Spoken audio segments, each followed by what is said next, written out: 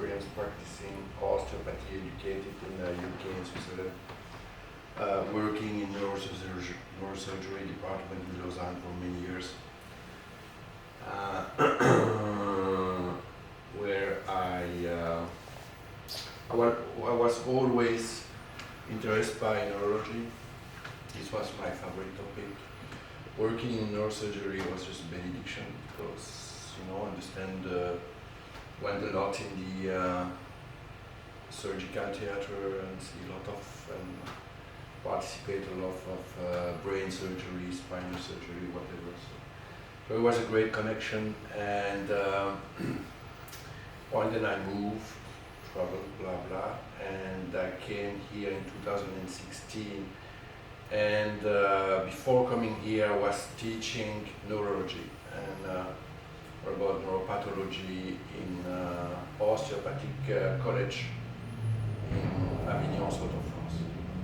So I was aware about what about neurology say, and it was the time when that time, 2012,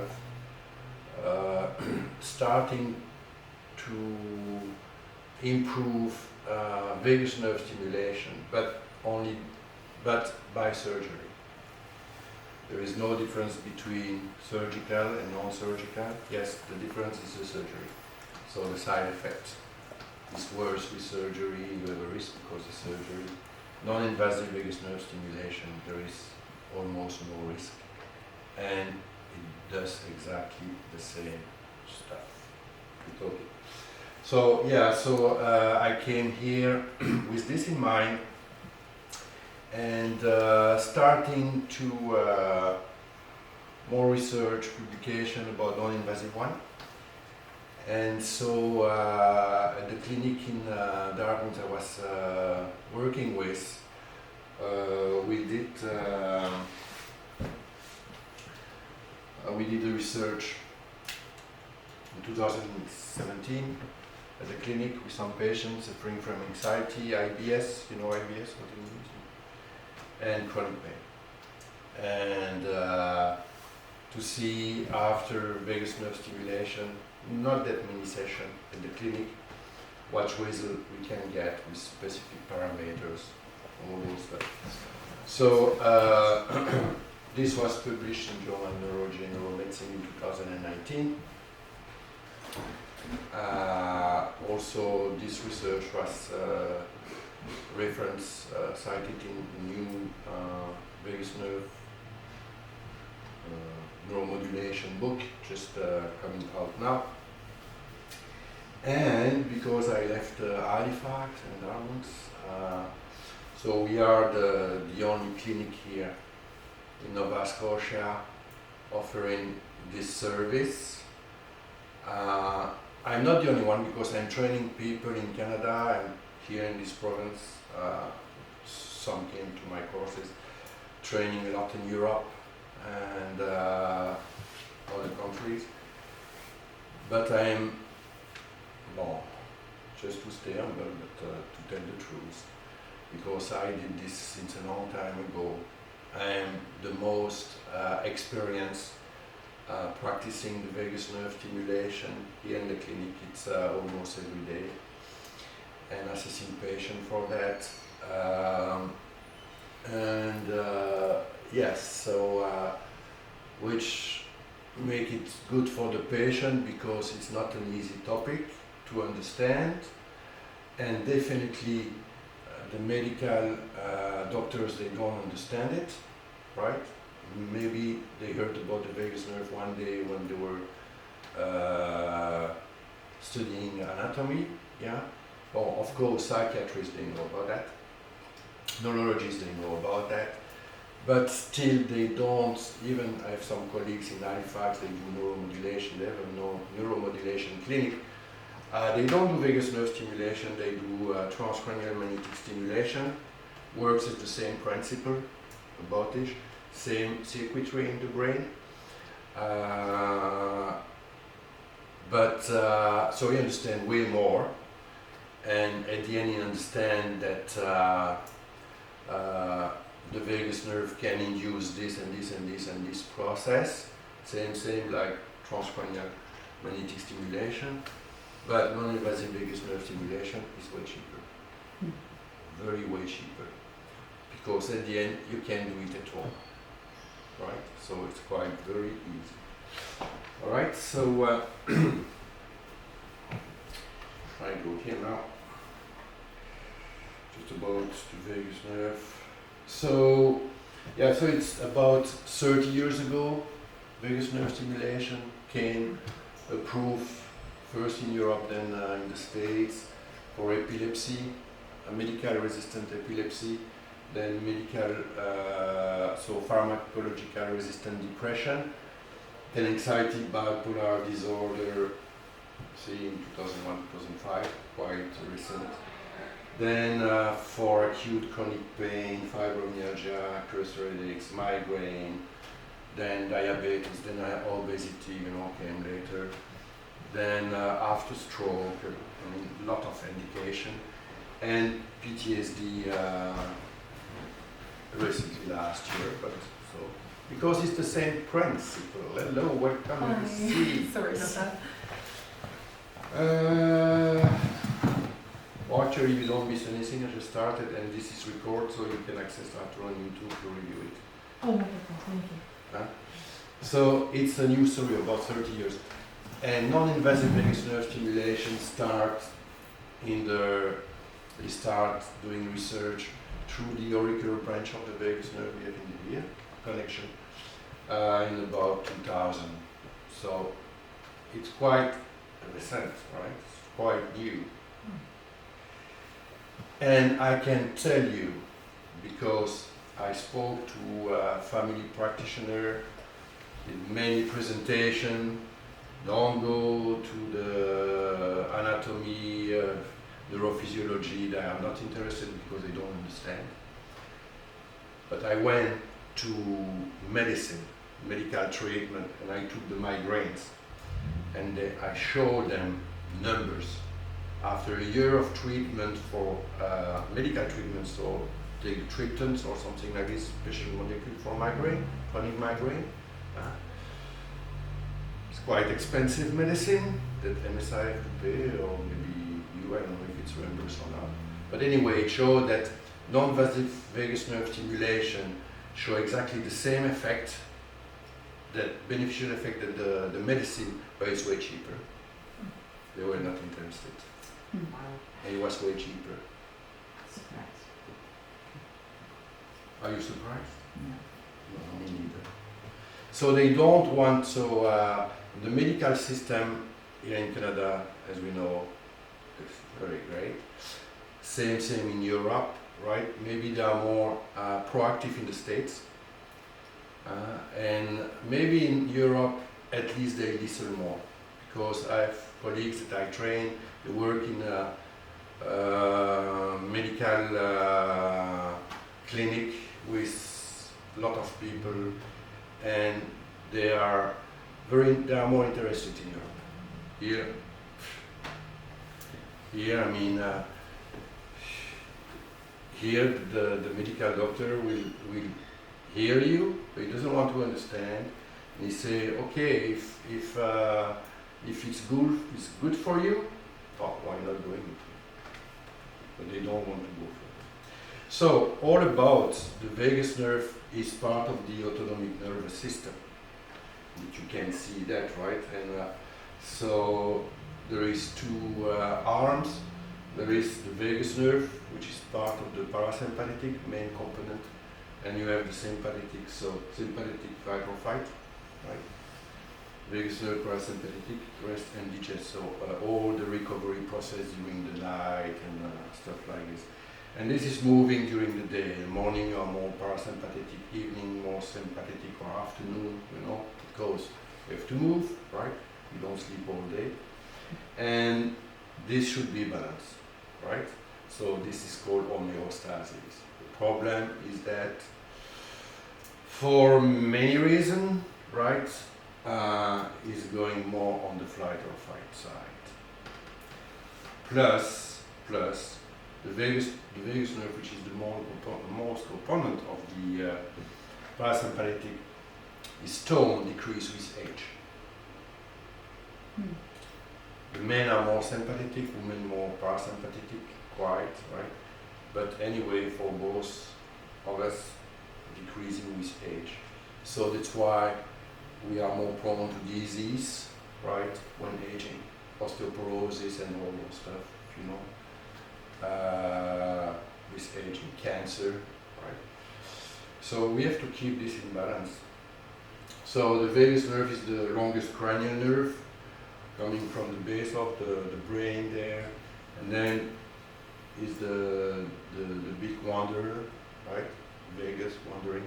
So goes down to the body, see there in yellow, and he innervates almost all the organs. Control everything, right? You have diabetes, pancreas, vagus nerve is there as well, right? Liver issue, vagus nerve is there. Lungs issue, vagus nerve. Heart issue, vagus nerve. Digestion, vagus nerve. Gynecological issue, bladder issue, vagus nerve. And the other hand, the sympathetic, the flight profile, right? So, and he communicates, so it's called our sixth sense, because he communicates all information from our body to the brain. So about 80% you can see there about the fibers of information going up, and then it's brain processed, and then 20% of fiber for the action. Many action, all right? So it's a very key nerve, right? We have to pay attention, and more attention on it, right? So regulation of almost all our organs, right? Modulate neural activity in key brain area.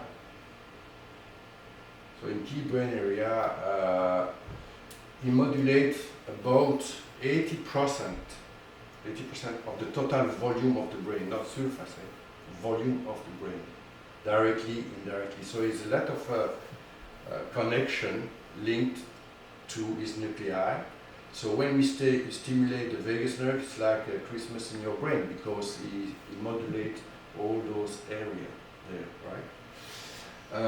But also heart, lungs, liver, even your fascia. Modulate area of the brain. Yes, anti-inflammatory action, right? So, which is good for autoimmune disease, where inflammation is not controlled properly. So, is recommended, and he show evidence with many plethora of research and papers. Chronic pain in immune system, memory, audition, sleep, psychiatric disorder, you can read it, right? Etc. Okay? And anxiety, yeah, so all mental health issues, autism disorder, blah, blah. So stimulation of anti-inflammatory reflex, so is like immunosuppressive, right? When means that, which is good in case of autoimmune disease, right? But we have to monitor its immunosuppression, so therefore it's not indicated for people who are suffering from AIDS, where the immune system are totally suppressed, right? And you regulate the endocrine immune axis, balancing the release of cortisol and glucose, you know, so it's good for diabetes type 2, actually even 1. Alright, so now we're talking about the anxiety, regulation of emotion, fear, and this brain area called the amygdala. Stimulation of short-term memory and also spatial-term memory, you know, when you don't remember where you left your key, your car keys, right?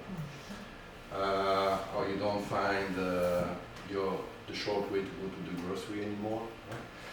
So activation of this hippocampus, which is brain memory area, just close, contact with the amygdala.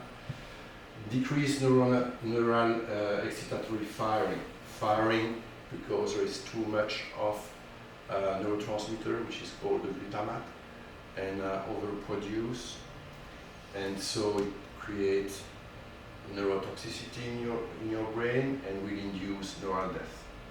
Right. So balance of those neurotransmitters like serotonin, dopamine, and all those other one will also increase brain blood perfusion, so more oxygen in the brain, which is very interesting in patients suffering from stroke or after stroke, either hemorrhagic or ischemic, right? We need more blood there. So we know that patient after stroke with motor issue, consequence of it, or speech issue, they get better and quicker with vagus nerve stimulation because all of that. Right? So stimulation of cell regeneration, including brain cells, this is neural plasticity. Okay, that's the drugs try to do the same, increase neural plasticity. So therefore we can pair treatment as usual that the patient take with in complementary of the stimulation. Right? But sometimes we have to change the medicine because there is some antagonism. Right? That the doctor doesn't know anything about that, so we have to suggest to the patient, tell your doctor, don't take this anymore, like antidepressant, right? Or anxiolytic or whatever, but take other molecules that will not interfere with the vagus nerve. And decrease inflammation in the body. So, I said 80% of the total volume of the brain. You see the red there, the vagus nucleus is let's see, it's about here, like this, and then it's spread to the cerebellum. So if you have balance trouble, shaking, stimulate the vagus nerve, works well. Then it goes to modulate the pain area here, right? Chronic pain, fibromyalgia, it's about there. And then here you have this area here, we have the amygdala located, right? This is controlling the area controlling emotion and behavior related to that. And it goes very far up, even to the sensitive part of the body. The front one is motor, moving, the back is feeling, right? So even we have feeling problem, especially in this area here for the lower limbs, right? Stimulation of the vagus nerve will improve this condition without taking any pills. Or the doctors say, oh, I don't know. Or they don't know. Yeah. So we have the amygdala, which is the fear center, right? And the vagus nerve here in non-invasive way. Otherwise, you have the vagus nerve there in the body. Okay, so here, this is the vagus nerve. It's nerve 10. So either from the periphery or from the ear, it goes through the modulation of the amygdala. Quite almost directly. So, and in case of anxiety, this amygdala is overactive. So it's firing. It doesn't extend like that. It needs to be stimulated to calm down. And also remember, it's about the balance of neurotransmission, because there it's a neurotoxic, right? It's just firing, okay? And of course, the medicine can help try to mimic what the vagus nerve does naturally, right? But you have to know that 30 to 40% of patients are drug resistant. Doesn't work because it's way more complex than just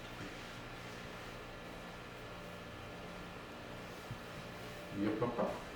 Please come. Is something for me?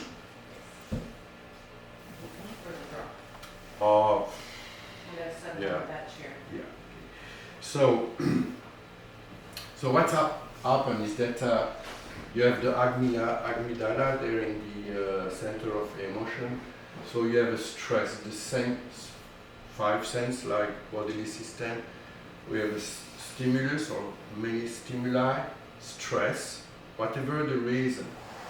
It will be sent to the amygdala, which interpret. Okay, is it some action needs to take in here, or is it safe? Is not safe? Then you have the action, the response. Like the bus is coming towards me, the stress, the stimulus. This is life-threatening, maybe, right? If I don't move, okay. And you better jump or run, otherwise you will get it into your face, right? And this is through the amygdala. It's quite easy. So, but if the stress is permanent, there is sensitization there. That's what we have in for instance, in fibromyalgia. It's chronic stress, and the brain is firing, and nothing can stop. Fibromyalgia is very hard to deal with because it's very complex. And so, incoming stimulus, the stressful stimulus that will increase the release of cortisol in your body, stress hormone, right? Norepinephrine, right? So then the amygdala anyway is on high alert, very high there on the red, and then we have the stress, and this stress it's linked with overactivity of the flight or fight. So overactivity of the flight or fight with increased release of cortisol, increased release of norepinephrine, adrenaline, the one you need to fight, right? And so when you have the overactivity of the flight or fight, it's not good because this one will increase inflammation in the body. Cancer is just related to that. Cancer is like autoimmune disease. Depression is autoimmune disease. Means too much flight or fight activity, right? And the stress, of course, you have to manage the stressor, right? Okay, so stop the stressor, and then you might you might feel better, right? So vagus nerve stimulation is good, but you have to control the environment.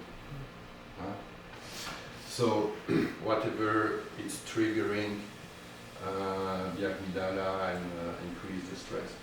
So, but like cancer, I said, metastases are promoted by overactivity of the flight or fight all the time, which stimulates the inflammation, right?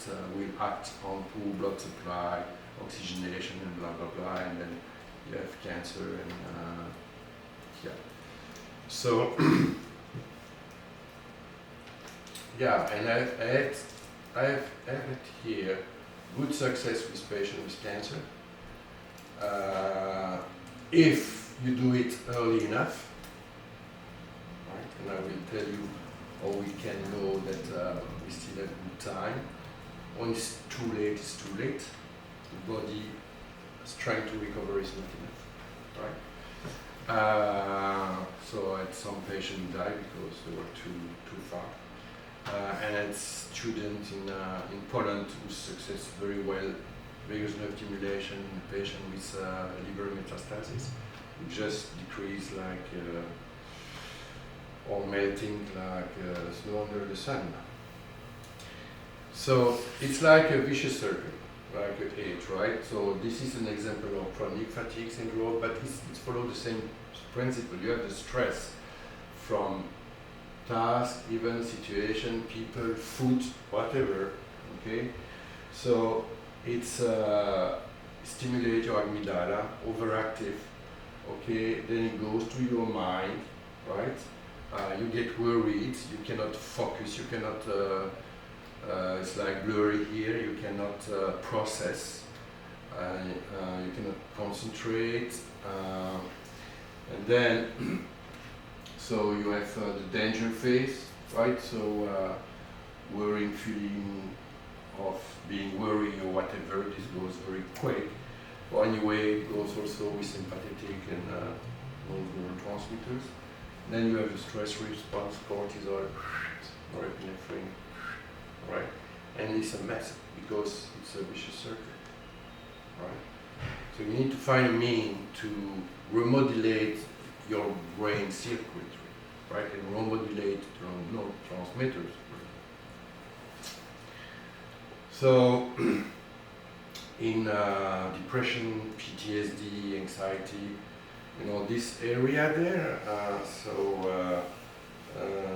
this area there, so which is the limbic system, you have the amygdala here, you have the hippocampus there, so involve stress response, involve memory, okay, and if you see the brain is red because it's firing, a lot of inflammation over there. And when you have inflammation in your body, so it's everywhere. You don't keep chronic inflammation on your knee. Don't think about it. It goes up to here, heart, lungs, whatever. So it's a rat. So we have here, in this area here, so part of the brain, the hypothalamus, that under stress condition will stimulate your adrenals there, and there is a lot of cortisol release, right? And this will overactivate your brain. It's a vicious circle, just like that. Okay, cannot do anything. It's just like this. We'll continue even without saying stop. We will continue. But in normal condition, when stress is managed, cortisol is still released because we need inflammation to survive, but minimum inflammation, right? And then your adrenal release cortisol, and then you are happy, everything is fine. But if the adrenal release too much cortisol in case of stress, then you can lead to adrenal fatigue. You don't function properly. Then you might need to see a naturopath to deal with that. Okay. So the vagus nerve stimulation here, you have the implant. So this is the invasive, right? So which is here. So a lot of side effects. All right. Very expensive, $10,000 just for the implant, plus the surgery, plus the anesthetic, so it goes right.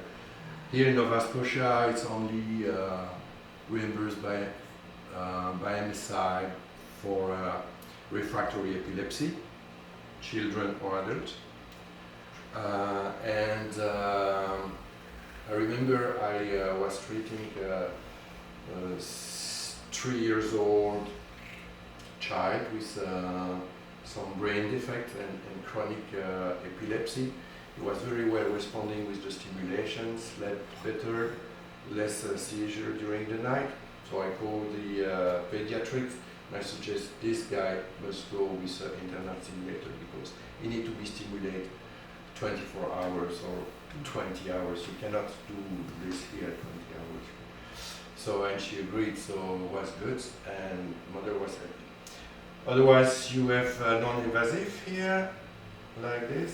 So put a stimulator here and you stimulate for 2 or 3 minutes because you cannot hold it for 1 hour, you get a cramp. Otherwise, you stimulate the auricular branch of the vagus nerve through the ear. That's what we do here at the clinic, and mostly